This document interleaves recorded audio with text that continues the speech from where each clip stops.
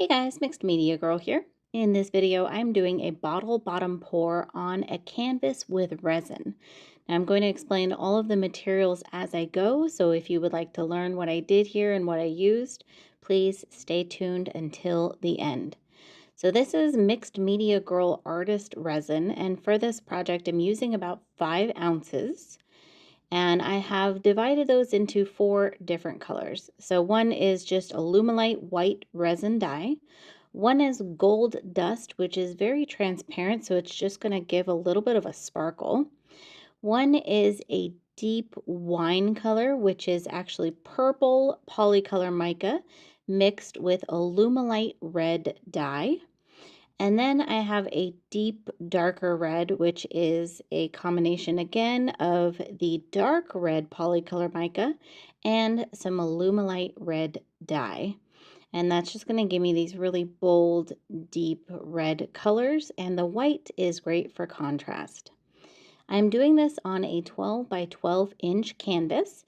And I prepped the canvas by spraying the back with water to tighten it up. And then I sprayed the front with a Rust-Oleum satin spray paint. And this color, I believe, is wine, if I'm not mistaken. And that's just to help me get those really deep, bold reds instead of having any of the white canvas possibly show through. I'm using a bottle bottom here, and this is a product that I actually make myself and I sell it on my website. It's a plastic reusable uh, bottle bottom, essentially. You can pour over it with acrylic paint, resin, etc., and make beautiful floral patterns. So after I pour over this, I like to let the resin kind of sit for a minute and let it drain off of the bottle bottom. And then I lift it up, put that off to the side.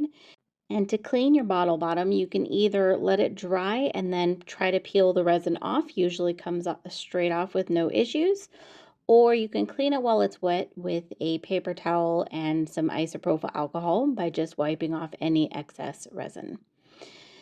So I like to take a stick and kind of go through each petal there to make a really cool design. That's not necessary, it's just something I like to do. And also I pushed down in the middle of the canvas a little bit to kind of help that resin flow into the middle. Normally it doesn't take quite this long, but the resin doesn't flow on the canvas, the dry canvas, as easily as acrylic pouring paint would. I did take a little bit of excess resin and put it around the edges as well, so that as soon as I tilt, it could start to flow a little easier and I can get that canvas covered. And once it had pretty much filled in the middle there, I took a torch just to remove the air bubbles in the resin.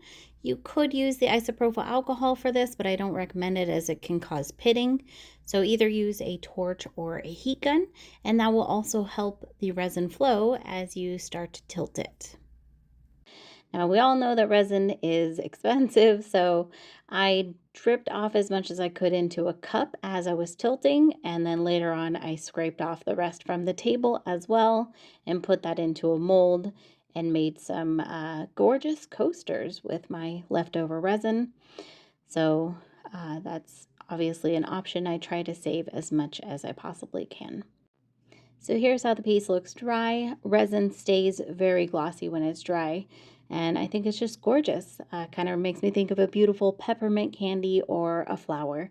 So I hope you guys enjoyed this. Thank you so much for watching, and I'll see you all next time.